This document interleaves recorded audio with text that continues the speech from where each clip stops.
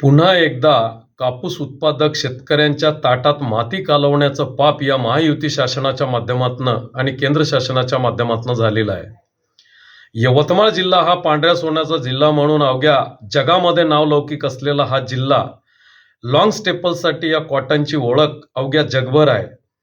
पण दुर्दैवाने आज CCI खरेदी केंद्रावर केंद्र शासनाच्या माध्यमातून आणि राज्य शासनाच्या माध्यमातून केवळ 5 क्विंटल 35 किलोच मर्यादा यवतमाळ जिल्ह्यात देण्यात आलेली आहे प्रति एकरसाठी. आणि दुर्दैवाने जिथे धान पिकतो अशा गडचिरोली जिल्ह्यामध्ये प्रति एकरला तिथे 9 क्विंटलची मर्यादा देण्यात आलेली आहे.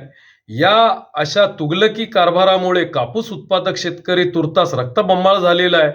या शासन निर्णयाने कापूस उत्पादक शेतकरी अत्यंत दुखावला गेलेला आहे. जो काही अतिवृष्टीमध्ये उरला सुरला हा कापूस आज शेतकऱ्यांच्या घरात आहे, त्याला मातीमोल भावाने खाजगी खेडा खरेदी पद्धतीमध्ये विकण्याची वेळ या शासनाच्या नाकर्तेपणामुळे आलेली आहे. मी राज्य शासनाकडे आणि केंद्र शासनाकडे मागणी करतो स्वाभिमानी शेतकरी संघटनेच्या माध्यमातून की त्यांनी यवतमाळ जिल्ह्याचीच नव्हे तर जिथे जिथे ज्या ज्या जिल्ह्यामध्ये कापूस चांगल्यापैकी उत्पादित होतो अशा जिल्ह्यामध्ये प्रति एकरी CCI खरेदी केंद्रावरची मर्यादा वाढवून द्यावं, ही राज्य शासनाकडे माझी आग्रही मागणी आहे.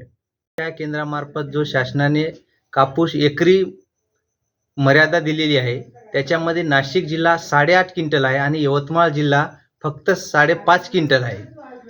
मी शेतकरी या नात्याने सांगू इच्छितो की यवतमाळ जिल्ह्याची मर्यादा वाढवून द्यावी आणि आम्हाला सहकार्य करावे.